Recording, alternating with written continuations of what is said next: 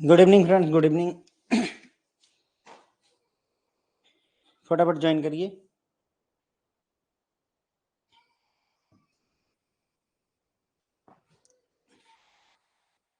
Good evening, नमस्ते सभी को।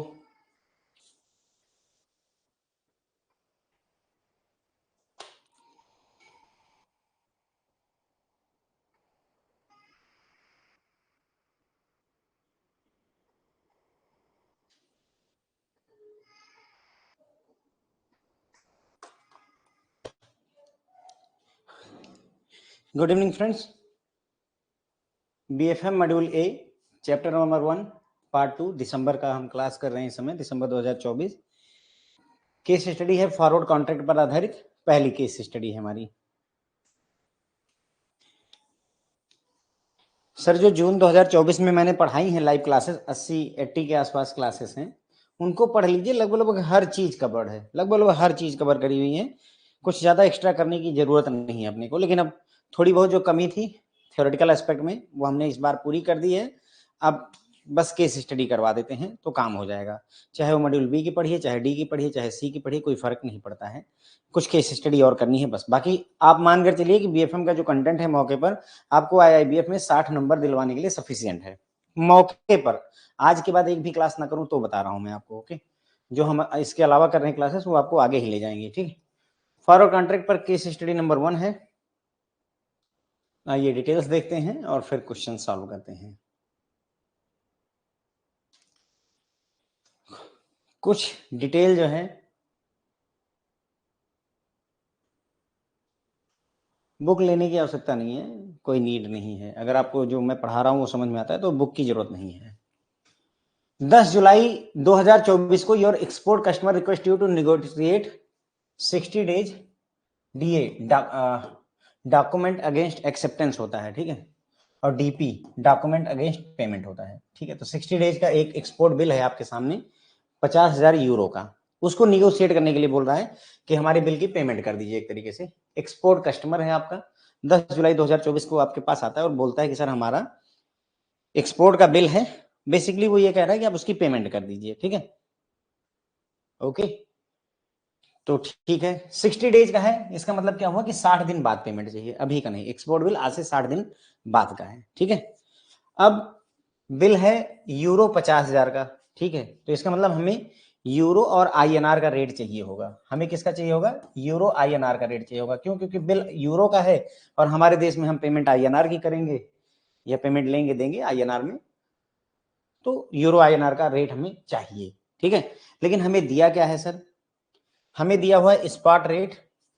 1 यूरो बराबर है यूएसडी में इतने के और 1 यूएसडी बराबर है आईएनआर में इतने के। ये हमें रेट दे रखा है, प्लस प्रीमियम दे रखा है। करेंसी प्रीमियम पर है कि डिस्काउंट पर है वो देखने के लिए हमेशा देखिए कि ये क्या हो रहा है। 27 से 32 है, 36 से 44 है, 52 से 66 है, 60 to 80 है, मतलब बढ़ रहा है। अगर ये बढ़ रहा है इसका मतलब हमारी करेंसी प्रीमियम पर है। अगर ये उल्टा लिखा होता, घट रहा होता, सोचो ऐसे लिखा होता 32/27, 44/36, 66/52, तो इस केस में देखो घट रहा है, तब हम बोलते हैं कि हमारी करेंसी डिस्काउंट पर है। ये अभी मौके पर जो क्वेश्चन है हमारे सामने वो डिस्काउंट पर नहीं है, प्रीमियम पर है। प्रीमियम पर है का मतलब क्या है? भविष्य में इसकी वैल्यू बढ़ेगी। आज अगर डॉलर 80 रुपए का है तो एक महीने बाद 80 का नहीं ज्यादा का होगा, 81 का हो जाएगा, 82 का हो जाएगा, 80.50 का हो, लेकिन बढ़ेगा। प्रीमियम होने का ये मतलब है, ओके। तो करेंसी आज जिस भी रेट पर है कल को 1 महीने बाद, 2 महीने बाद, 3 महीने बाद उस रेट पर नहीं रहेगी, उससे ज्यादा ही रेट पर रहेगी। दैट इज द मतलब ऑफ प्रीमियम, ठीक है। तो 1 महीने का फॉरवर्ड, 2 महीने का, 3 महीने, 4 महीने का फॉरवर्ड रेट इन्होंने दे रखा है। प्रीमियम मतलब जो हमें लगाना है, ठीक है। इसका दे रखा है, इसका दे रखा है। अब हमसे कैलकुलेशन पूछी गई है, इसके अलावा भी कुछ दिया हुआ है। एनटीपी का कॉन्सेप्ट आ गया, नॉर्मल ट्रांजिट पीरियड भी यहाँ पर दिया हुआ है 25 दिन का। इंटरेस्ट रेट एक्सपोर्ट बिल पर 8.5% का हम चार्ज करेंगे और एक्सचेंज मार्जिन भी 0.10% का लगाना है। इतनी सारी डेटा हमारे सामने दे रखी है सर। क्वेश्चन भी देख लीजिए, क्या रेट कोट करेंगे आप कस्टमर को, ये पूछा है। कितना रुपए जो है कस्टमर को दिया जाएगा वो पूछा है, और कितना इंटरेस्ट रेट, इंटरेस्ट हम रिकवर करेंगे ये पूछा हुआ, 3 चीजें पूछी हैं। तो हमें पहले ये जानना होगा कितना हम रेट ऑफ इंटरेस्ट, सॉरी कितना हम रेट कोट करेंगे कस्टमर को, ठीक है। तो अब अगर आप चाहें तो खुद से कोशिश करिए, ना चाहें तो मुझे बताएं, मैं शुरू करता हूं।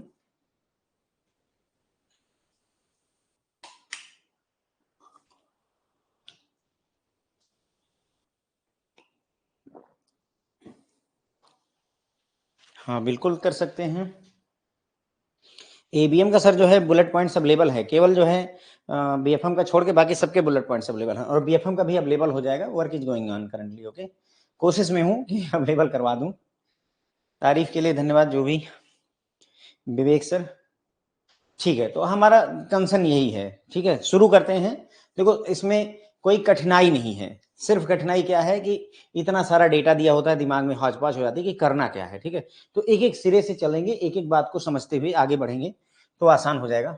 10 जुलाई 2024 को आपका एक्सपोर्ट का कस्टमर है, उसने कहा कि हमारे पास एक एक्सपोर्ट बिल है। अब अगर कोई चीज एक्सपोर्ट की गई है, कोई चीज विदेश में भेजी गई है, तो बदले में वहां से डॉलर आएगा कस्टमर के पास में।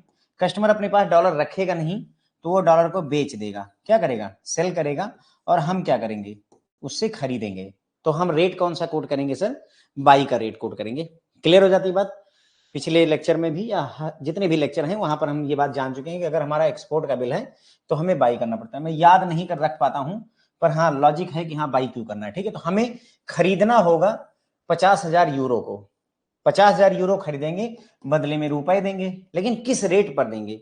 तो हमारे पास सर यूरो और आईएनआर का डायरेक्ट रेट है ही नहीं, पहली प्रॉब्लम, यूरो और आईएनआर का रेट नहीं है। लेकिन बदले में हमारे पास 2 रेट हैं, क्या, यूरो और यूएसडी का रेट दिया हुआ है, और उधर जो है यूएसडी और आईएनआर का रेट दिया है। तो हम क्रॉस रेट सिस्टम या क्रॉस रेट मैकेनिज्म यूज करके हम वो कैलकुलेशन कर सकते हैं, वो कोई मुद्दा हमारे लिए नहीं है, ठीक है।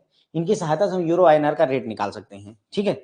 सवाल ये है कि किस डेट का रेट लिया जाए, कौन सा रेट लिया जाए। ओके, तो ये तो हमें स्पॉट रेट दिया है, ये भी स्पॉट रेट दिया हुआ है, लेकिन जो हमारा एक्सपोर्ट बिल है वो आज से 60 डेज बाद जो है पेबल है, यानी कि 60 दिन बाद जो है एक्सपोर्टर को पैसे मिलेंगे, 60 डेज बाद। तो 60 दिन तो ये चले गए, और प्लस नॉर्मल ट्रांजिट पीरियड, याद करिए नॉर्मल ट्रांजिट पीरियड का कॉन्सेप्ट समझाया था कि 60 दिन का तो वक्त दिया ही था हमने कस्टमर को कि चलो ठीक है 60 दिन बाद तुम पेमेंट करना। लेकिन मान लो 60 दिन में तुम मतलब 60 दिन का वक्त दिया था हमने उसको कि आज से 60 दिन बाद तुम पेमेंट कर देना, ठीक है। तो उसने बोला कि 60 दिन में मेरे पास पैसे नहीं होंगे तो क्या करूंगा। तो हमने कहा था चलो कोई नहीं, तुमको एनटीपी और अलाउ करते हैं, नॉर्मल ट्रांजिट पीरियड और देते हैं, प्लस ग्रेस पीरियड का भी कॉन्सेप्ट हमने सीखा था। यहाँ ग्रेस पीरियड की बात नहीं की गई, तो एनटीपी पर ही रुक जाएंगे। कितने दिन का, 25 दिन का नॉर्मल ट्रांजिट पीरियड, तो 25 दिन और उसको देंगे, तो कुल मिलाकर के 85 डेज बाद पेमेंट होनी है। कितने दिन बाद, 85 दिन बाद। लगभग लगभग ये 90 दिन यानी 3 महीने निकल जाएंगे। कितना निकल जाएगा, 3 महीने निकल जाएंगे। तो अगर 3 महीने बाद का रेट चाहिए, आज से 3 महीने रेट बाद का रेट चाहिए, तो हमें ये रेट लेना होगा, हमें ये रेट लेना होगा। यानी कि फॉरवर्ड प्रीमियम जो ऐड करेंगे वो ये वाला ऐड करेंगे, बाकी हमारे लिए यहाँ पर इन सब के कोई मायने नहीं है, हमारे काम का सिर्फ यही है। ओके, ये सब बेकार हो गया, सिर्फ इस पर नजर रखनी है, ठीक है। अब आगे बढ़ते हैं। अब समस्या क्या है हमारे सामने, समस्या सर ये है कि हमें 3 महीने बाद का रेट चाहिए, लेकिन यहां पर ध्यान दीजिए मार्जिन भी लेना है, और मार्जिन सर हमेशा कहां पर लेते हैं, मार्जिन हमेशा स्पॉट रेट पर लेते हैं। तो मार्जिन स्पॉट रेट पर लेने के लिए आपको यहां आना पड़ेगा, ये वाले रेट पर, ये स्पॉट का रेट है। तो हमें मार्जिन यहां पर कैलकुलेट करना होगा, फिर जितना आएगा उसमें ये प्रीमियम ऐड करना होगा। प्रीमियम ऐड क्यों करना होगा, क्योंकि सर ध्यान दीजिए आगे जाते हुए हमारी करेंसी प्रीमियम पर है, प्रीमियम जुड़ेगा ही। आज अगर डॉलर 80 का है और प्रीमियम पर है तो 3 रुपए जुड़ेंगे ही, 83 रुपए होगा। अगर हम इसको 3 रुपए कम कर देंगे तो हमारी करेंसी प्रीमियम पर नहीं रह जाएगी, बल्कि जो है हमारी करेंसी हो जाएगी 77, घट जाएगी डिस्काउंट पे। ओके, तो प्लस करेंगे प्रीमियम को, क्योंकि हम कौन सा रेट ऑफर कर रहे हैं, बाई का रेट ऑफर कर रहे हैं। तो बाई में क्या होता है, जो रेट होगा उसमें क्या करेंगे, प्लस करेंगे कि माइनस करेंगे जो है अपना मार्जिन को।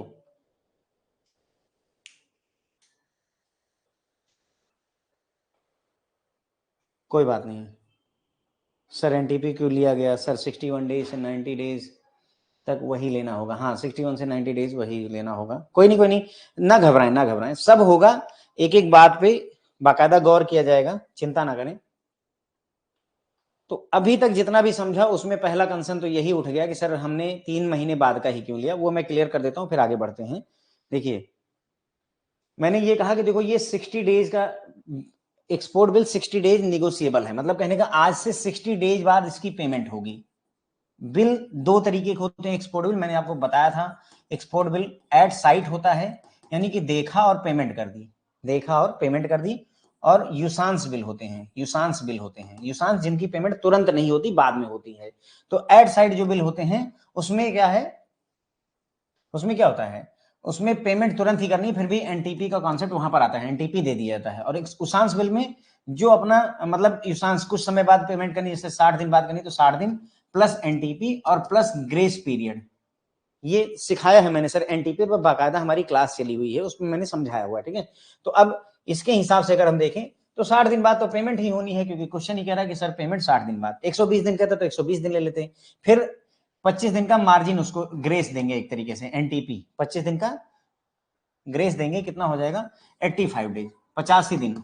85 दिन लगभग 90 दिनों के बराबर है, 3 महीने हो गया। मतलब कहने बेसिकली आप ऐसे समझ लो कि हमारा 61 से 90 डेज के आसपास के बीच में आ गया, तो हमारा 3 महीने वाला ये ले लिया जाएगा। इसीलिए हम 85 दिन मतलब 3 महीने हो गए, तो 3 महीने बाद क्या रेट रहेगा ये हमें कोट करना पड़ेगा। आज से 3 महीने बाद रेट क्या होगा, क्योंकि 85 दिन बाद की बात हो रही है।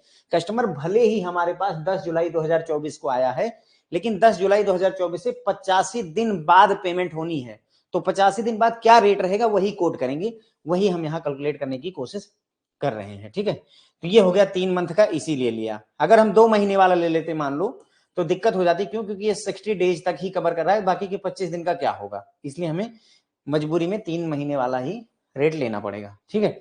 अब आते हैं यहाँ वापस, देखो हमारा क्या था, एक्सपोर्ट बिल था, तो बैंक कौन सा रेट लगाएगा, बाई रेट। बाई लो होता है तो उस हिसाब से हमें ये रेट लेना होगा 1.1106। तो हम क्या करेंगे, पहले यूरो का रेट, यूरो यूएसडी कैलकुलेट करेंगे और फिर जो है यूएसडी आईएनआर कैलकुलेट करेंगे, ठीक है। तो ये रेट हमने ले लिया, क्यों, क्योंकि बाई लो होता है, ये वाला नहीं लेना है, ठीक है। इसी तरीके से यहां पर भी ये वाला रेट लेना होगा, बाई लो में ये नहीं लेना होता, ठीक है।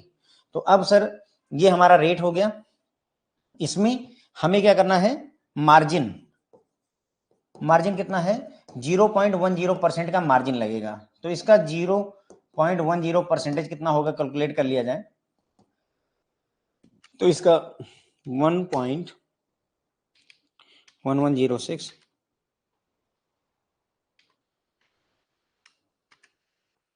सर ये लगभग हो जा रहा है 0.0011, ठीक है, 0.0011, ठीक है। और था कितना हमारा 1.1106 ये था, और इसमें से मार्जिन इतना निकालना है। अब सर चूंकि बाई रेट है, हम क्या ऑफर कर रहा है bank, buy rate, buy low sell high, तो सस्ते को और सस्ता करने के लिए क्या करना पड़ेगा सर, मार्जिन को घटाना पड़ेगा, इसलिए इसमें से इसको हम सब्ट्रैक्ट कर देंगे, इसको इसमें से घटा देंगे, तो कितना आ जाएगा 1.1106 माइनस 1.1049, ये हमारा रेट निकल करके आ जाएगा, ठीक है। ये हमारा रेट निकल आया। पहले हमने मार्जिन को क्यों घटाया, कई सारे लोगों का यही डिबेट रहता है सर कि पहले मार्जिन क्यों, तो सर ध्यान रखिएगा, मार्जिन हमेशा स्पॉट रेट पे कैलकुलेट किया जाता है, किस पर, स्पॉट रेट पर। ये हमारा स्पॉट रेट है, तो इसी पर कैलकुलेट करिएगा, बाकी का काम बाद में करेंगे, ठीक है। अब 3 महीने बाद ये आज का रेट हो गया, स्पॉट का रेट। अगर आज का रेट पूछता तो ये रेट लागू करते, लेकिन 3 महीने बाद पूछ रहा है, तो 3 महीने बाद क्या होगा सर, 52 लेंगे कि 66 लेंगे, सर हम लेंगे 52, क्यों, क्योंकि बाई लो सेल हाई होता है, इसलिए हम इसे 52 लेंगे। 52 कहां लिखेंगे, यहां लिख दूं 52 या फिर यहां लिखूं 52,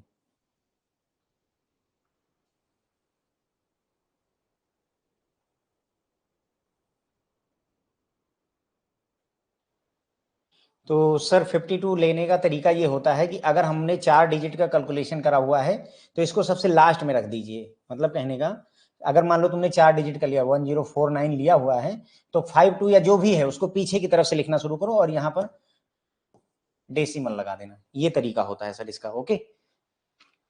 तो हम क्या करेंगे यहाँ पर प्लस, प्लस क्यों करेंगे, क्योंकि हमारी करेंसी महंगी हो रही है, मैंने आपको समझाया था हर जगह ये बढ़ती जा रही है, इसलिए प्लस करेंगे। अब इसको जोड़ दीजिए सर, तो ये हो जाएगा सर 1.1101।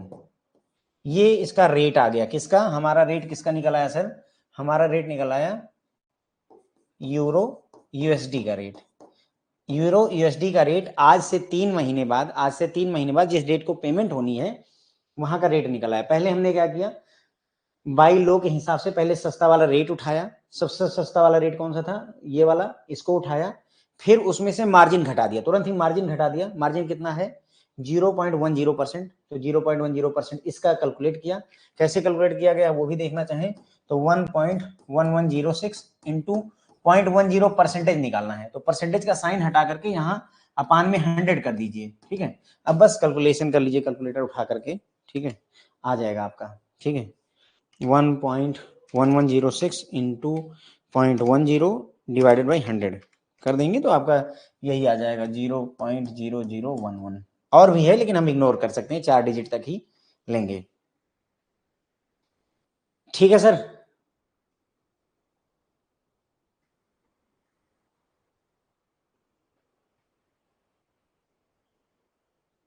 हाँ 52 पैसे नहीं दिया हुआ है सर, ये 52 पैसे नहीं दिया हुआ है, 52 दिया हुआ है।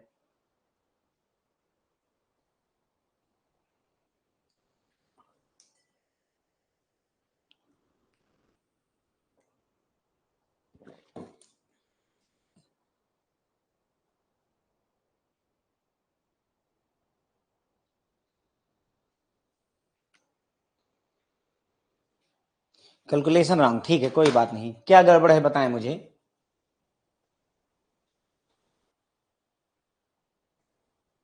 बामसी क्या गड़बड़ है, 1.1106 माइनस 0.0011, ये कैलकुलेशन गड़बड़ है। अच्छा ये कह रहे हैं, ओके चलो ठीक है कोई बात नहीं। तो ये कह रहे हैं सर कि 1.1106 माइनस 0.0011 जो था इसकी कैलकुलेशन मेरे से मिस्टेक हुई है, ठीक है। 1.1106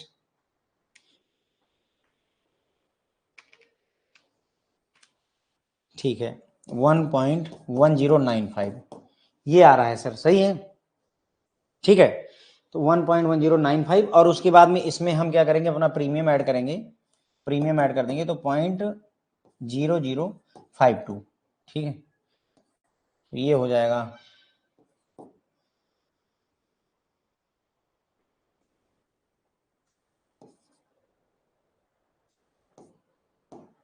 1.1047, ठीक है, ये कैलकुलेशन आ जाएगा।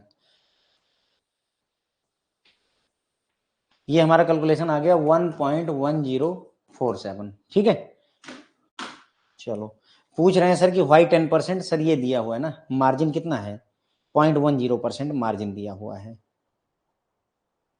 अच्छा ठीक है चलो 1.1147 चलेगा चलेगा चलेगा चलेगा, हाँ कोई नहीं कोई नहीं, ठीक है, याद रखना यही रखा जाएगा, कोई बात नहीं है। देखो कैलकुलेशन में सही आया होगा, नॉट टू वरी, जो मैंने यहाँ कैलकुलेशन करी होगी।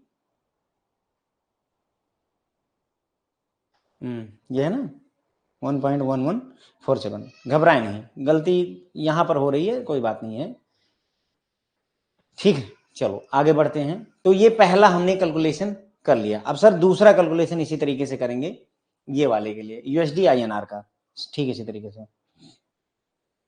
नहीं सर पहले अगर देखो सर पूछ रहे हैं कि अगर मान लीजिए हम पहले ही ये कर लें, यूरो यूरो आईएनआर रेट अगर कैलकुलेट कर लेंगे सर तो गड़बड़ हो जाएगी। गड़बड़ क्या होगी, अगर आप यूरो आईएनआर कैलकुलेट कर लोगे तो ये स्पॉट तो निकल आएगा, आज का रेट तो निकल आएगा, ठीक है, मार्जिन भी घटा दोगे तो भी निकल आएगा, लेकिन वो बाद में ओवरऑल जो ये 52 पैसे का इफेक्ट यहाँ आ रहा है और 22.50 का यहाँ 52 का जो इफेक्ट यहाँ आ रहा है और ये आ रहा है, ये कैलकुलेट उसमें नहीं होगा, इसलिए इंडिविजुअल ही कैलकुलेशन करनी पड़ेगी।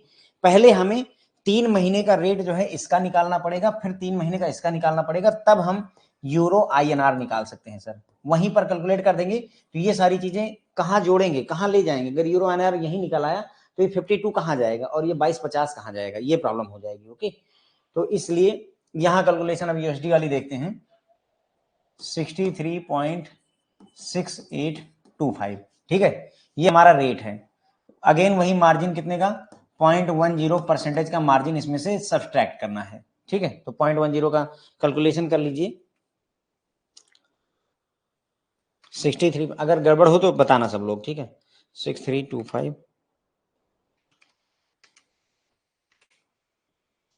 जो मेरा आ रहा है वो आ रहा है 0.063,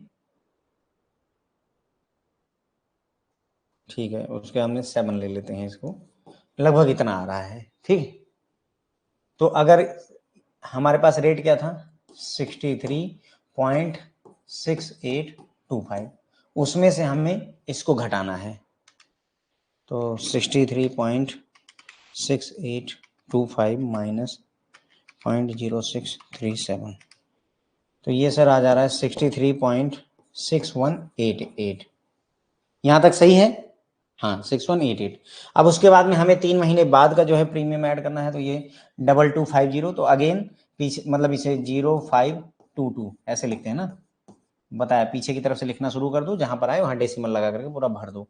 जैसे यहाँ पर क्या था 52 लिखा था, फिर 00 लिखा था। ओके, अब समझ में आया होगा। देखो यहाँ दिख रहा होगा कि हाँ यहाँ 52 क्यों हमें 2 बार 0 लगाने की जरूरत पड़ी, क्योंकि देखो ये दिया हुआ है, यहाँ भी 4 डिजिट है, यहाँ भी 4 डिजिट है, तब तो ओके है, एक दूसरे के नीचे ऊपर रख दिया। लेकिन अगर यहाँ 2 ही डिजिट है, तो जो 2 डिजिट है वो इसके काम आएगी, पीछे वाले के, आगे वाले के काम नहीं आती है, ठीक है। तो इसको क्या करेंगे, जोड़ देंगे 0.2250, तो ये आ जाएगा सर 63.8438। सही है?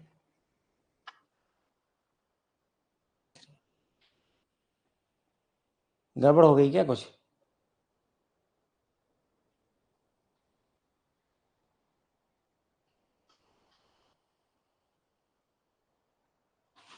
सही है, चलो ठीक है। तो ये आ गए, ये रेट हमारा निकल आया। तो हमने देखो सर क्या किया, अभी तक की कैलकुलेशन में हमने यूरो अपान यूएसडी कैलकुलेट किया, जो कि आया 1.1147, और हमने कैलकुलेट किया यूएसडी अपान आईएनआर 3 महीने बाद, उस डेट का, उस दिन का, उस महीने का, जिस महीने में हमारी पेमेंट होनी है। कितना आया 63.8438। सही लिखा है ना? ठीक है, चलो अब सही लिखा है। अब सर अब 3 महीने बाद का रेट निकाल लिया है, अब हम यूएसडी आईएनआर का एक्चुअल रेट कैलकुलेट कर सकते हैं। इतनी गणित आपको लगानी पड़ेगी सर, इंटरेस्ट भी काम आ जाएगा सर, धैर्य रखे बैठे रहिए, इंटरेस्ट भी निकलवाएंगे, काम करेंगे उसका भी। आदित्य सर पूछ रहे हैं इसको ऐड क्यों करना है सर? इसको ऐड इसलिए करना है सर, देखो रेट हमारा बढ़ता जा रहा है, प्रीमियम पर है, हमारी करेंसी कैसी है, प्रीमियम पर है, भविष्य में महंगी हो जा रही है। तो भविष्य में महंगी तभी होगी सर जब जोड़ेंगे, ठीक है। Why premium is added. सोचिए ना, आप मेरी बात समझिए, डॉलर आज 80 रुपए का है, मैं बोलता हूं कि भविष्य में डॉलर महंगा हो रहा है, महंगा हो रहा है। मैं कैसे जानता हूं कि महंगा हो रहा है? ये भी सवाल है सर। मैं इसलिए जानता हूं क्योंकि ये रेट इसी तरीके से लिखे जाते हैं। अगर ये इस तरीके से पहले छोटा नंबर और बाद में बड़ा नंबर लिखा है, तो इसका मतलब है कि करेंसी भविष्य में महंगी होगी, करेंसी कास्टलियर होगी, करेंसी प्रीमियम पर जाएगी, ये फंडा होता है। तो इसलिए मुझे पता है कि भविष्य में महंगी होगी, क्योंकि 60 और पहले 60 फिर 80 लिखा, तो ये महंगी होगी। अब मुझे अगर पता है कि महंगा होगा और मैं लिखूं कि 2 रुपए, 80 रुपए का रेट चल रहा है, मैं महंगा होगा 2 रुपए, तो क्या करूं, 2 रुपए जोड़ के 82 लिखू ना। अगर मैं 2 रुपए सर यहाँ पे घटा दूंगा, तो मेरी करेंसी घट नहीं जाएगी, 78 रुपए की हो जाएगी। घट गया सर, ये माइनस तब करते सर जब ये उल्टा लिखा होता। क्या कह रहा हूं मैं? थोड़ा सा सर उन क्लासेस को ले लीजिए, दिक्कत नहीं तो फिर दिक्कत हो जाएगी। अगर ये उल्टा लिखा होता, सोचो कि यहाँ 32/27 लिखा होता, ठीक है, यहाँ 44/36 लिखा होता, ठीक है, यहाँ पर 66/52 लिखा होता, ठीक है। ये सब कुछ नहीं है, केवल इतना ही लिखा हुआ है, मान लीजिए, ठीक है। यहाँ पर 80/60 अगर मान लो ऐसा लिखा होता। अब मुझे पूरा यकीन है कि भाई भविष्य में जाकर के करेंसी का दाम घटेगा, यानी कि हमारी करेंसी डिस्काउंट पर होगी। क्यों? क्योंकि यहाँ लिखा हुआ है भाई कि 32 था 27 हो रहा है, 44 था 36 हो रहा है, घट रहा है। अब मैं अगर बोलूं कि डॉलर आज 80 रुपए का है, तो भविष्य में 2 रुपए, अगर मैं बताऊं भविष्य में इसका डिस्काउंट 2 रुपए है, तो भाई 78 ही करना ठीक होगा ना। अगर मैं इसको जोड़ दूं तो फिर ये 82 की हो जाएगी। अब गड़बड़ हो गई, क्यों? क्योंकि आज 80 की है और मैं बोल रहा हूं भविष्य में सस्ता होना है। क्यों कहा सस्ता होना है? क्योंकि ये ऐसा लिखा हुआ है, तो इसलिए सस्ता होना है, तो इसका मतलब यहाँ पर माइनस ही करना होगा, -2, ठीक है। जब मैंने पढ़ाया है सर कॉन्सेप्ट को अच्छे से सिखाया हुआ है आपको, थोड़ा सा उसको समझने का प्रयास करें। 5 लेक्चर 6 लेक्चर जो हैं जून वाले वो जरा सा देख लें तो ये सारी बातें आपके मन में नहीं रहेंगी। ठीक है, अब 3 महीने का रेट हमने निकाल लिया। तो हमने अभी तक क्या किया सर,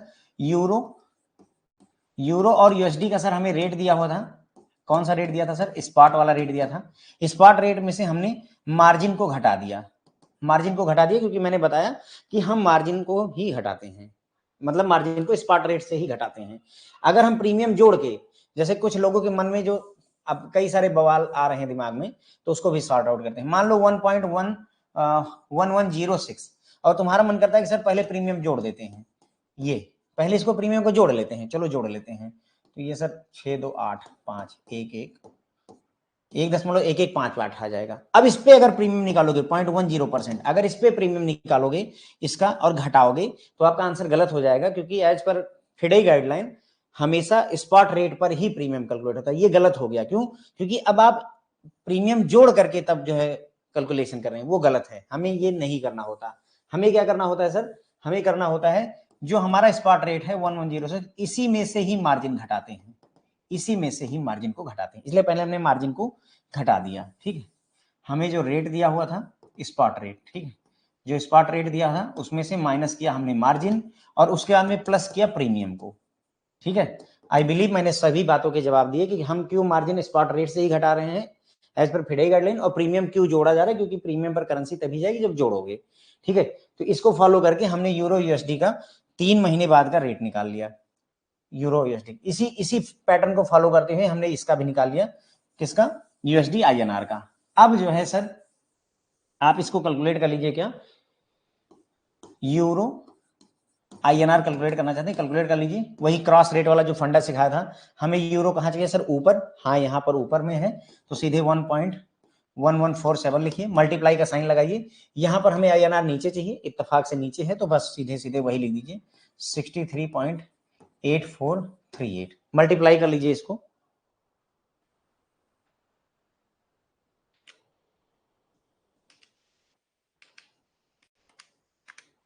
तो ये सर आ जा रहा है 71.1667, लगभग इतना आ रहा है। ठीक है, 71.1667, ये रेट हम कस्टमर को कोट करेंगे, यही रेट हम कस्टमर को कोट करने वाले हैं लगभग। ठीक है, 666 कर लीजिए, उसी को और सही करने के लिए 7 कर लीजिए।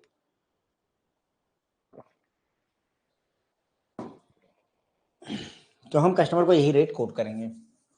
अब तो एक शंका तो मैंने आपकी मिटा दी कि क्यों प्रीमियम क्यों ऐड होता है, समझ में आया होगा। यहाँ 00 क्यों लिखना जरूरी, वो समझ में आया होगा। ठीक है, हमने ये छोटा वाला रेट क्यों लिया, ये भी समझ में आया होगा। अब कुछ लोगों का था सर कि हम क्यों ना ऐसा करें, यूरो अपान आईएनआर यही कैलकुलेट कर लिया जाए। आप ये में से कई लोगों का मन था सर कि यही कैलकुलेट कर लिया जाए यूरो आईएनआर। आओ कर लेते हैं, कोई दिक्कत नहीं है।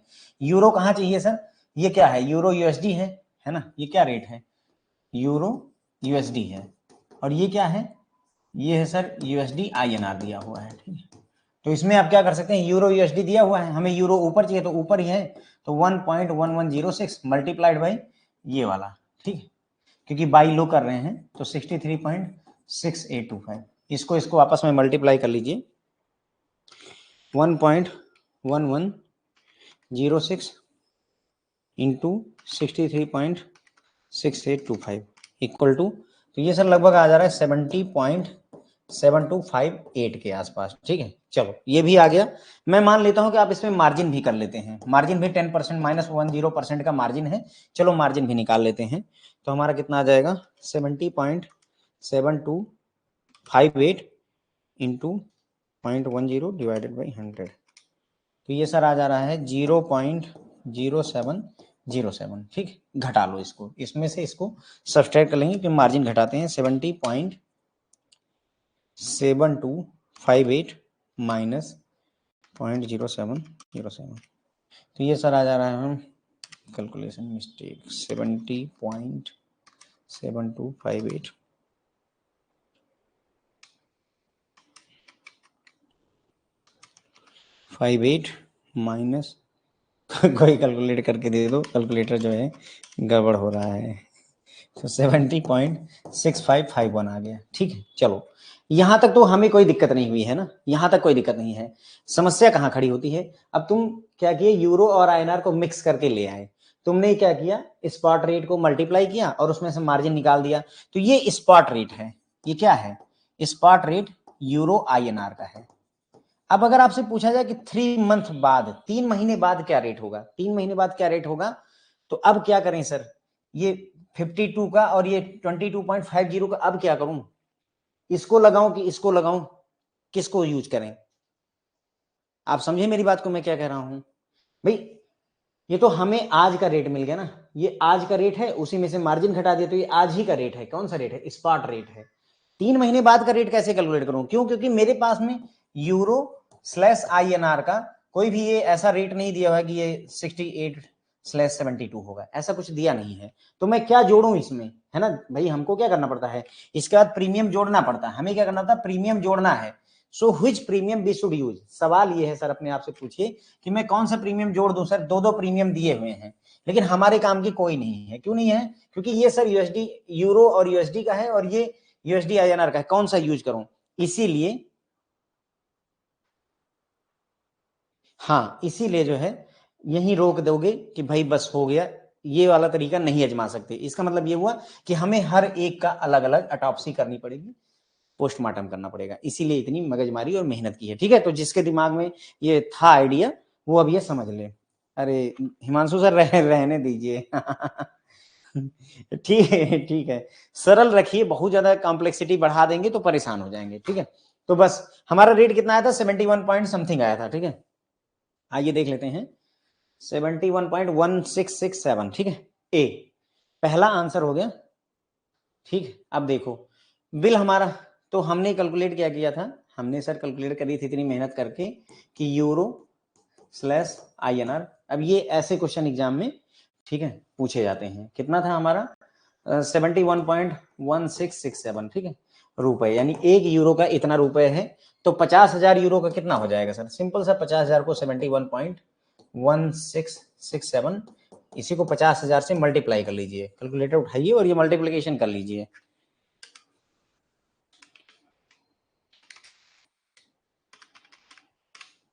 ठीक है, तो ये हो जाता है सर 35,58,335 रुपीज। इतना रुपए, इतना रुपए कस्टमर को देंगे कि लेंगे?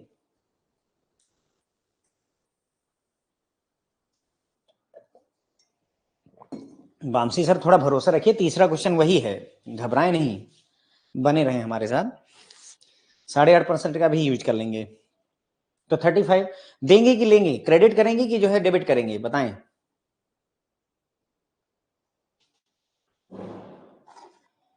सर ओके अजय सर, ये मैं देख लूंगा। 1 महीने पहले वाला प्रीमियम वाली जो आप बात कर रहे हैं, क्या कहते हैं, 1 महीने पहले का प्रीमियम लेते हैं और सेल करते समय सेम मंथ का प्रीमियम लेते हैं। मे बी कि यहाँ पर ये मिस्टेक हो रही हो मेरे से, genuinely I I will totally agree with you. मैं एक बार सर देख लूंगा अजय सर, तो मैं कंफर्म कर पाऊंगा। अजय सर का कंसर्न ये है कि सर अगर बाई, पिछले लेक्चर में यानी कि पहले जून में हमने बताया कि अगर बाई का रेट लग रहा हो तो 1 महीने पहले का रेट, यानी सेकंड महीने का ये वाला रेट लेने की जरूरत है। अगर सेल का कर रहा है बैंक तो उसी करंट मंथ का लिया जाता है, ये इसका फंडा होता है। ये सर 60 डेज वाले में भी ये लागू होता है सर, एक बार ये देख लेंगे सर, मैं कंफर्म कर दूंगा इसको। ठीक है, मैं इसको कंफर्म कर दूंगा अजय सर।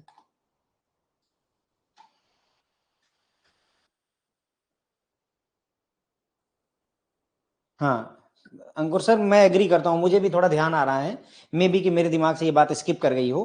पर ठीक है, अगर फंडा अपना क्लियर है तो कोई दिक्कत नहीं है। अगर मान लीजिए हम यही मान लेते हैं सर कि 2 महीने मतलब 1 महीने पहले वाला लेना है, तो सर ये वाले पे कैलकुलेशन कर लीजिएगा, कोई दिक्कत नहीं है।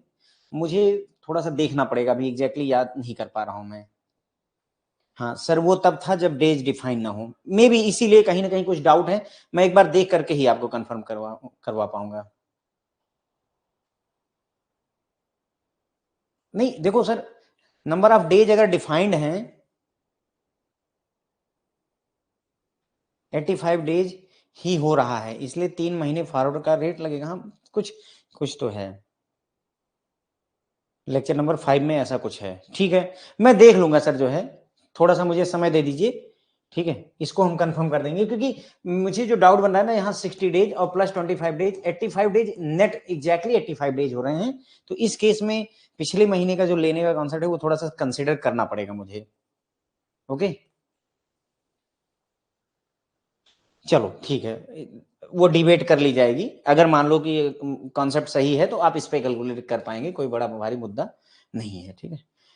तो हमारा दूसरा क्वेश्चन हो गया सर 35, कितना आया था, 35,58,335 रुपए। इतना हम कस्टमर के खाते में क्रेडिट करेंगे। क्यों? क्योंकि हमने उससे यूरो लिया है और बदले में रुपया दिया है, ठीक है। तो 35,58,335 के खाते में क्रेडिट कर देंगे। तीसरा क्वेश्चन देखते हैं, कितना इंटरेस्ट रिकवर किया जाएगा कस्टमर से, how much interest will be recovered from the customer. अब यहां पर सर आपका इंटरेस्ट की बात हो रही, अब यहां पर ये 8.5% पर एनम का कॉन्सेप्ट यहां पर यूज हो जाएगा, ठीक है। देखो यहाँ फंडा ये होता है कि बैंक ये मानता है कि उसने 35 लाख, कितना आया था अभी ये 35,58,335 आया था क्या, यही आया था क्या?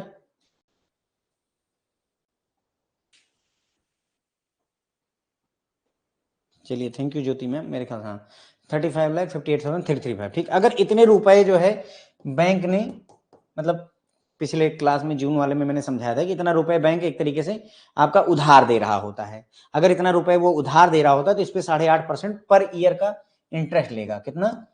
8.5% पर एनम का, ठीक है। कहीं और लिखते हैं,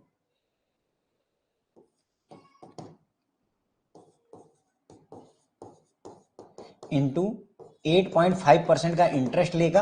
और कितने दिन का इंटरेस्ट लेगा वो सर, कितने नंबर ऑफ डेज का? देखो 60 डेज बाद तो बिल ही पे होना था और 25 दिन का नॉर्मल ट्रांजिट पीरियड दिया है, तो 85 डेज का बिल, 85 डेज का इंटरेस्ट लेगा। तो 85/365 ये हो जाएगा, और 8.5% परसेंटेज हटाने के लिए अपन 100 यहाँ पर कर दीजिएगा। ये है सर, इतना रेट ऑफ, इतना इंटरेस्ट चार्ज किया जाएगा। एक या दो न्यूमेरिकल मैंने ऐसे करवाए हुए हैं आपके पिछली लाइव क्लास में, ठीक है। कितना रुपए लगा? 35,58,335 रुपए उधारी दी एक तरीके से बैंक ने। कितने दिन के लिए दी? 85 डेज के लिए दी। कितना? पूरे एक साल में 365 दिन होते, तो 85 दिन का ही लेना है हमें। 8.5% पूरे 365 दिन का है, तो 85 डेज का कितना होगा? तो इसको 365 से डिवाइड किया और 85 से ऊपर मल्टीप्लाई कर लिया। कैलकुलेट कर लीजिएगा, आपका आंसर आ जाएगा 70,435 रुपए। इतने रुपए लगभग आपका ब्याज आपसे वसूला जाएगा।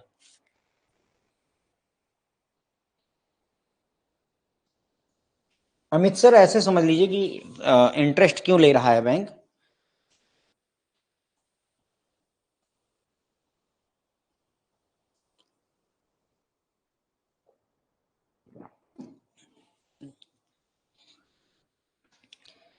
सर फॉरवर्ड कॉन्ट्रैक्ट में कॉन्सेप्ट क्या चलता है, देखिए फॉरवर्ड कॉन्ट्रैक्ट में कॉन्सेप्ट चलता है कि जैसे मान लो, मैंने समझाया हुआ है बाकायदा फॉरवर्ड कॉन्ट्रैक्ट में, लेकिन चलो थोड़ा बहुत समझाता हूं। मान लो अगर कस्टमर हमसे बोलता है कि आज से 85 डेज बाद, आज से 85 दिन बाद मैं आपको 50,000 यूरो बेचूंगा, मतलब दे दूंगा, बेचूंगा। तो बैंक क्या करता है, बैंक क्या करता है, अपने पास यूरो रखता नहीं है, मतलब वो कहीं से उठाएगा, तुमसे, मतलब जैसे तुम बेचोगे, तुमसे खरीदेगा, किसी और को बेच देगा। तो बैंक क्या करेगा, मार्केट में जाकर के 85 दिन बाद का ही, 85 डेज बाद का ही एक दूसरे बैंक के साथ में 50,000 यूरो का एक जो है सेल का कॉन्ट्रैक्ट कर लेता है। सेल का क्यों किया? क्योंकि तुमसे जो है बाई का किया हुआ है, कस्टमर ने बाई का किया था, तो बैंक ने जाकर के दूसरे बैंक से सेल का कॉन्ट्रैक्ट कर लिया हुआ है, यानी कि अपनी ट्रांजेक्शन को स्क्वायर ऑफ करता है, ठीक है। स्क्वायर ऑफ करने का मतलब कि जितना तुमसे खरीदेगा उतना किसी और को बेच देगा। अगर तुम सोचो कि तुम कहो कि मुझे, कस्टमर आता है, मुझे डॉलर खरीदना है, तो वो किसी दूसरे बैंक से खरीदेगा और तुमको दे देगा। यानी बैंक जो है सिर्फ मीडिएटर का काम करता है, अपने पास पैसे रखता नहीं है। तो इसलिए 85 दिन बाद का एक कॉन्ट्रैक्ट, वो सेल का कॉन्ट्रैक्ट दूसरे बैंक के साथ कर लेता है, ठीक है। तो जब तुम आज से 85 दिन बाद जब कस्टमर आएगा बाई करने, ठीक है, यानी कि कस्टमर से हम 50,000 यूरो बाई करेंगे, तो हमारा जो दूसरा कॉन्ट्रैक्ट है उसी के तहत हम 50,000 यूरो उसको बेच देते हैं। तो बेसिकली क्या होता है, 85 डेज तक ये जो हमने दूसरा कॉन्ट्रैक्ट किया हुआ, वहां पर हमारे पैसे फंसे हुए होते हैं। यहीं पर अगर कॉन्ट्रैक्ट कैंसिल होता है, थोड़ा सा डिटेल में पढ़ने की जरूरत है। यहाँ पर चैप्टर नंबर 24 देखिएगा, पिछले क्लास में चैप्टर नंबर 24 में देखिएगा, लास्ट में फॉरवर्ड कॉन्ट्रैक्ट का पूरा फंडा मैंने सिखाया हुआ है 8वां क्लास के बाद में, उसको जरा से देखिएगा, बहुत डिटेल में चर्चा करी हुई मैंने, क्योंकि यहीं पर कैंसिलेशन का कॉन्सेप्ट आता है। अगर सोचो कि जो है ऐसी स्थिति हो कि कस्टमर हमारे पास आए और बोले कि हमारा कॉन्ट्रैक्ट कैंसिल कर दो, तो जब वो कॉन्ट्रैक्ट कैंसिल करेगा ना, तो जो हमने सेल कॉन्ट्रैक्ट किया ये भी कैंसिल होता है, तो बैंक जो है दोनों तरफ से फंसा हुआ होता है। तो इसी वजह से वो 85 दिन का तुमसे जो है ब्याज वसूलता है, ये है, ठीक है, क्योंकि कहीं ना कहीं उसने भी पैसे लगा रखे होते हैं। तो ये 35,58,000 रुपए हो गए, 8.5% रेट, 85 दिन का 70, हाँ, अपोजिट रेट पर कैंसिलेशन होता है। कैंसिलेशन का और एक्सटेंशन, हाँ, एक्सटेंशन का भी हमने पढ़ाया हुआ है, मैं केस स्टडी भी करवा दूंगा, ठीक है, केस स्टडी भी इस पे करवा दूंगा, कोई बात नहीं है, अभी कैंसिलेशन वगैरह की तो और क्लियर हो जाएगा, ठीक है। तो ये हो गया सर जो है मेरे ख्याल 70,436 आया था या जितना भी, ठीक है। तीसरा क्वेश्चन ये हो गया। तो कितना इंटरेस्ट, 8.5% का अब आपको समझ में आ गया होगा कि इंटरेस्ट क्या वसूला जाता है, ठीक है। उम्मीद है थोड़ा बहुत समझ में आया होगा फ्रेंड्स, ओके। एक एक ही, बाकी सब तो ठीक है, बाकी सब क्लियर है आपको, बस एक ही चीज जो है रह जाती है कि 2 मंथ का प्रीमियम लेना है कि 3 मंथ का प्रीमियम लेना है, वो थोड़ा सा डिस्कस कर लिया जाएगा, मैं देख लूंगा कि क्या पॉसिबिलिटी है, ठीक है वामसी सर, बहुत बढ़िया। अब देखिए 3 क्वेश्चन न्यूमेरिकल बेस्ड है, चौथा क्वेश्चन आपका थ्योरी बेस्ड आ गया तुरंत ही कि हाँ जो है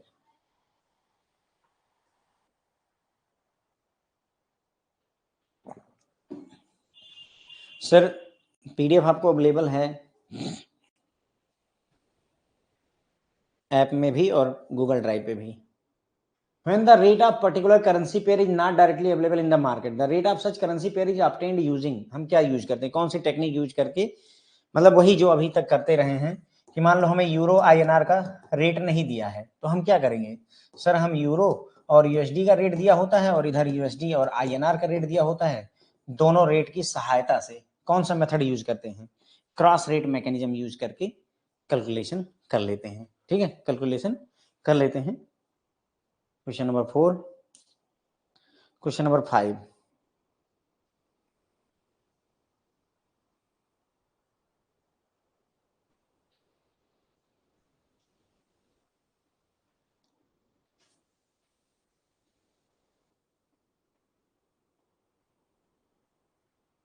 इसको कैलकुलेट करिए, आसान सा क्वेश्चन है, आप लोग खुद कैलकुलेट करिए।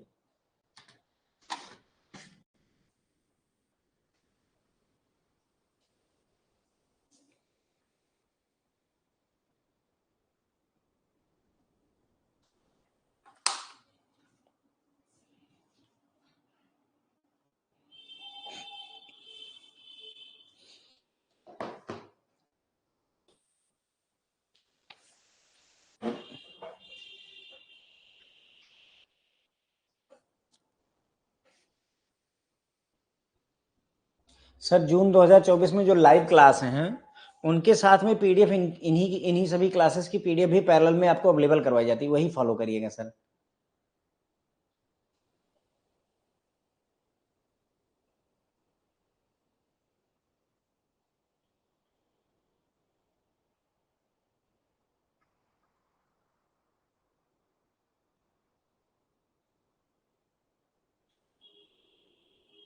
ठीक है, चलो कुछ लोग कैलकुलेट कर चुके हैं तो मैं बता देता हूँ।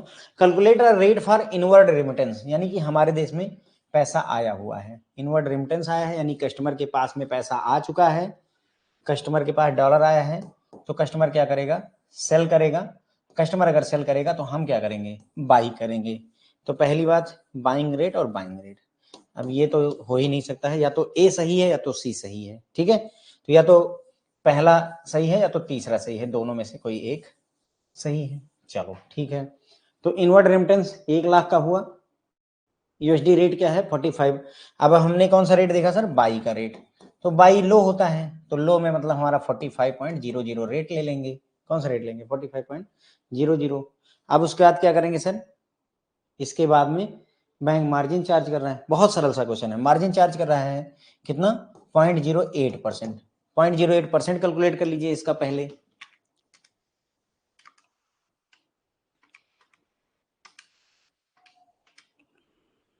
ये आ रहा है सर 0.036, ठीक है, और हमारा रेट क्या था 45.00, ठीक है। तो अब क्या करेंगे, जोड़ेंगे कि घटाएंगे, जोड़ें कि घटाएं, मार्जिन है बाई लो, है ना, और घटाएंगे तो सर ये 45 माइनस 0.036 घटा दीजिए, तो सर 44.964, जीरो और लगा लीजिए, कोई दिक्कत नहीं है, ये रेट कोट करेंगे 44.9640। तो बाइंग रेट लगेगा, अब ये गलत हो गया, ठीक है, बाइंग रेट कोट करेंगे और 44.9640 रेट हम कोट करेंगे। बहुत सरल सा क्वेश्चन है, कुछ है ही नहीं, क्वेश्चन में सिंपल है कि भाई आपको रेट दिया है, मार्जिन दिया हुआ है, एडजस्ट कर लीजिए, काम खत्म, ठीक है। अब फॉरेक्स उतना ज्यादा डिफिकल्टी देता नहीं होगा, बहुत ज्यादा। अब वो पिछला जो हमने केस स्टडी करा अच्छे स्तर की केस स्टडी है, इवन आपको एग्जाम में भी मिल सकती है। हाँ, वैसे भी अगर लॉजिकली देखा जाए तो 45 अगर रेट है और मार्जिन उससे घटाएंगे तो जो आंसर होगा 45 से कम ही होगा, ठीक है। तो 44 वाला रेट ही हो सकता है, ये हो ही नहीं सकता, लॉजिकली सोचिए, मतलब चलो ये तो बहुत आगे का है। 45 अगर रेट है 45 और मार्जिन उसमें से घटाओगे तो वो 45 से कम ही आएगा, तो यानी रेट ये तो ये हो सकता है, ये तो ये हो सकता है। क्योंकि हमारा ये इनवर्ड रेमिटेंस है तो बाई का रेट लगेगा, तो अगर चाहो तो बिना कैलकुलेशन के भी हो सकता है। चलो ठीक है, एक बार और बता देते हैं, एक बार और बताते हैं। देखो इनवर्ड रिमिटेंस हुआ है, $1,00,000 आए हैं कस्टमर के पास। कस्टमर $1,00,000 अगर आएंगे तो वो आकर के बैंक में बेचेगा, है ना। तुम्हारे पास $1,00,000 आ गए, तुम बैंक में जाकर के बेचोगे, तो बैंक क्या करेगा, बाई करेगा। बैंक बाई रेट लगाएगा, रेट हमें दिया हुआ है कि USD 45 रुपए का है, तो हम बाई लो करेंगे, तो हम 45 रुपए का रेट लगाएंगे, 45.30 नहीं लगाएंगे। क्यों? क्योंकि ये सेलिंग का रेट है, हमें सेलिंग के रेट से मतलब नहीं, हमें बाइंग के रेट से मतलब है, क्योंकि इनवर्ड रेमिटेंस आया है तो 45 का रेट लग गया।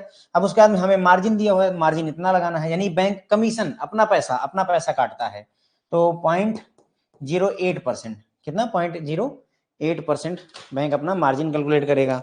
तो 45 का 0.08 कैलकुलेट कर लीजिए, तो सर ये आ जाता है कितना 0.036, और था हमारा रेट कितना 45 रुपए का रेट था, और उसमें से बैंक ने 0.036 मार्जिन काट लिया। माइनस क्यों किया, जोड़ा क्यों नहीं?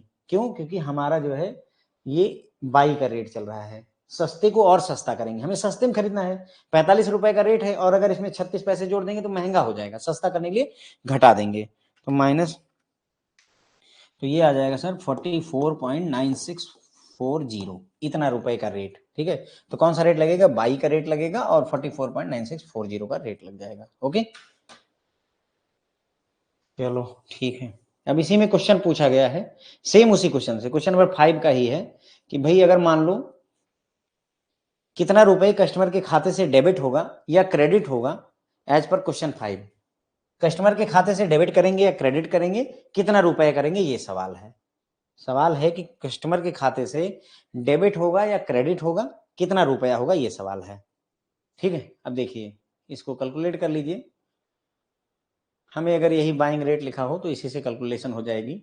हमारा आंसर क्या था, ए, ठीक है। तो इसमें आपसे पूछ रहा है कितने का, कितना इनवर्ड रेमिटेंस हुआ था, $1,00,000 का हुआ था, ठीक है, क्वेश्चन में दिया हुआ है $1,00,000 का। अब बताना है कि डेबिट होगा कि क्रेडिट होगा, कितना अमाउंट होगा, ठीक है। तो देखो हमारा $1 कितने का पड़ रहा है, 44.9640 का, तो $1,00,000 कितने का पड़ेगा सर, $1,00,000 कितने का हो जाएगा,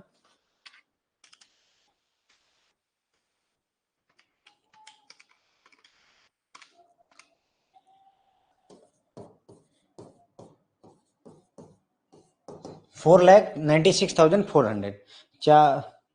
गड़बड़ हो गई क्या मेरे से,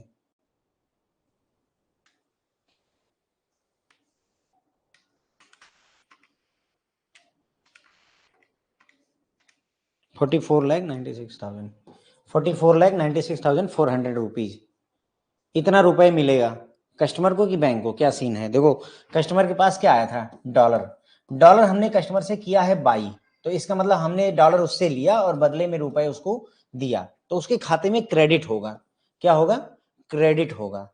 तो क्रेडिट कितना, 44,96,400, 44,96,400, इतना रुपए क्रेडिट होगा, सी आंसर हो जाएगा हमारा।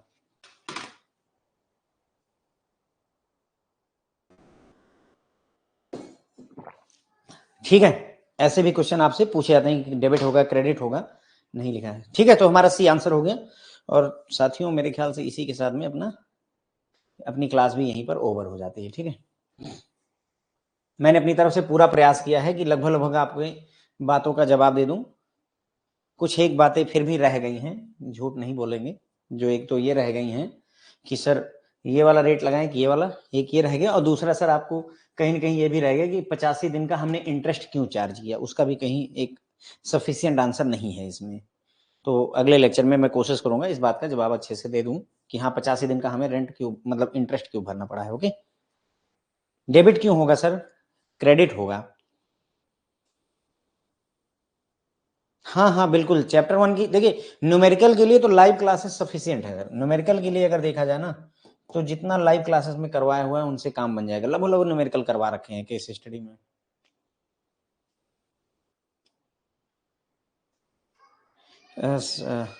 यूरो INR का 71.1667 पूरा बाकायदा जो है डिटेल में कैलकुलेशन करवाई है, 2 बार करवाई है। हाँ, अगर यूएसडी बाई कर रहे हो, अगर तुम कस्टमर से तुम यूएसडी बाई कर रहे हो, देखो ध्यान दो, कंफ्यूजन ना पालो। ये है एक कस्टमर, ठीक है, इसका सोचो कि $100 है, $100 का नोट उसके पास है। उससे हमने बोला कि भाई आओ हम तुमसे डॉलर खरीद रहे हैं, तो क्या होगा, वो $100 का नोट तुमको दे देगा, तुम्हारे बैंक में $100 का नोट आ जाएगा, और बदले में तुम उसको क्या दे दोगे, रुपया। किसको, कस्टमर को, उसको रुपया दोगे, यानी उसके खाते में रुपया क्रेडिट करोगे, क्रेडिट करेंगे। और भी केस स्टडी जो है करवा देंगे, कोई बात नहीं है। न्यूमेरिकल सर लगभग 40 नंबर का न्यूमेरिकल आ जाता है।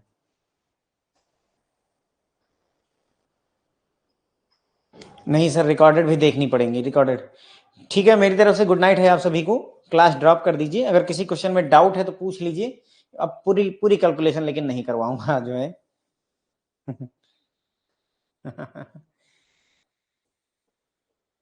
बिल्कुल अर्नव सर, कोई दिक्कत नहीं है।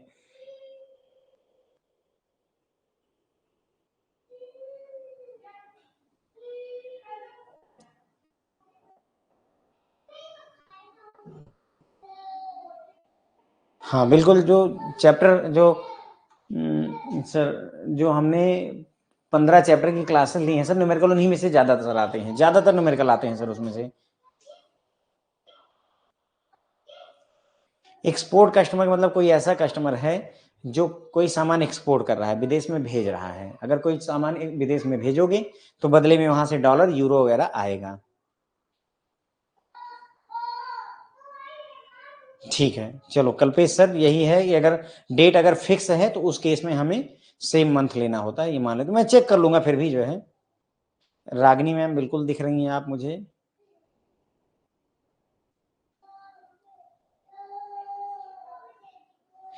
सर आरके सर देखिए, बुक में अगर डाउट है तो व्हाट्सएप नंबर है हमारा, उस पर भेज करके पूछ सकते हैं।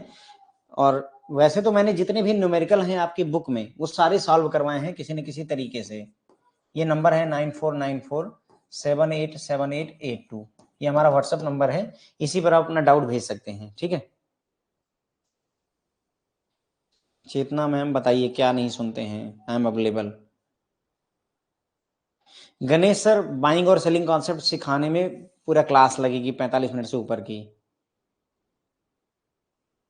प्लीज, सिंपल है सर, आप कुछ मत करिए। जून 2024 की लाइव क्लास है सर, सिर्फ 6 क्लासें हैं चैप्टर 1 की।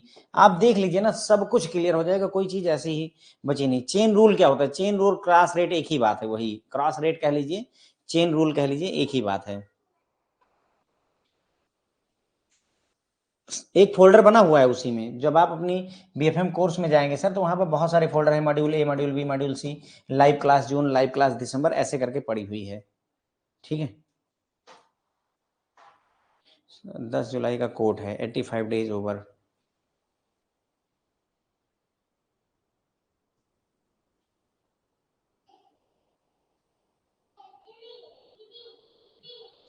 नहीं, सिर्फ थियरी से BFM नहीं पास होंगे सर।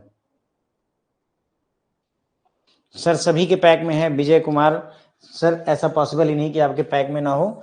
फिर भी अगर आपको ऐसा लगता है तो 94947878 इस नंबर पर सर कॉल करें, कांटेक्ट करें, व्हाट्सएप करें, जो भी करना चाहें कर लीजिए, हम देख लेंगे। नहीं, BFM सिर्फ थ्योरी से नहीं निपट सकता है। BFM सिर्फ मेरी लाइव क्लास देखने से भी नहीं निपट सकता, आपको थ्योरी भी देखनी पड़ेगी, मतलब रिकॉर्डेड क्लासेस देखनी पड़ेंगी। डीए एक्सपोर्ट बिल का मतलब होता है डॉक्यूमेंट अगेंस्ट एक्सेप्टेंस होता है, डीपी डॉक्यूमेंट्स अगेंस्ट पेमेंट होता है, ठीक है। तो जैसे ही डॉक्यूमेंट एक्सेप्ट हो जाएंगे तो उसे डीए बोल देंगे, अगर पेमेंट जो है डॉक्यूमेंट दिखाने पर पेमेंट हो जाएगी तो डीपी बोल देते हैं। डॉक्यूमेंट अगेंस्ट एक्सेप्टेंस केवल डॉक्यूमेंट को एक्सेप्टेंस पर्याप्त है, और डॉक्यूमेंट अगेंस्ट पेमेंट डॉक्यूमेंट देखने पर पेमेंट हो जाती है, ये इतना फर्क होता है DA DP. Thank you so much.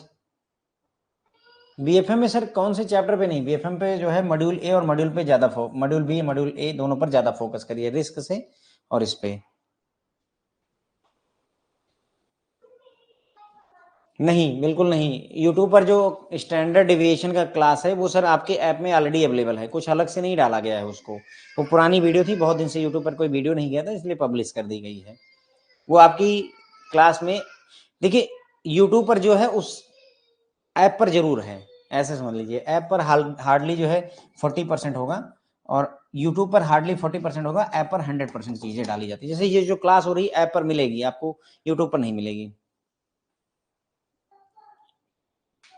ठीक है, करेंसी फ्यूचर्स।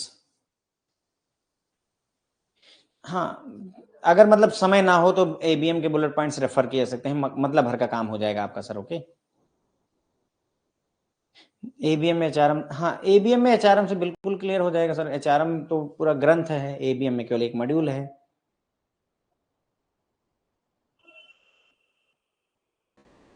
एबीएम में मॉड्यूल की अगर बात करूं, देखो मॉड्यूल ए में स्टैटिस्टिक्स है आपका, है, और मॉड्यूल बी में एचआरएम है, एचआरएम है, हाँ, और मॉड्यूल डी में कंप्लायंस कंप्लायंस है।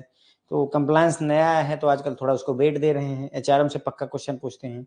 ए मॉड्यूल को भी देखना ही है, ये जरूर देखिए, ए बी और डी जरूर देखिए। वैसे तो पढ़ना आपको सारे चाहिए, लेकिन ये जरूर करिए, ठीक है। चलो ठीक है फ्रेंड, तो मेरी तरफ से गुड नाइट है, कल फिर मिलेंगे एक और केस स्टडी के साथ में। Thank you so much, good night सभी को, गुड नाइट सभी को, गुड नाइट।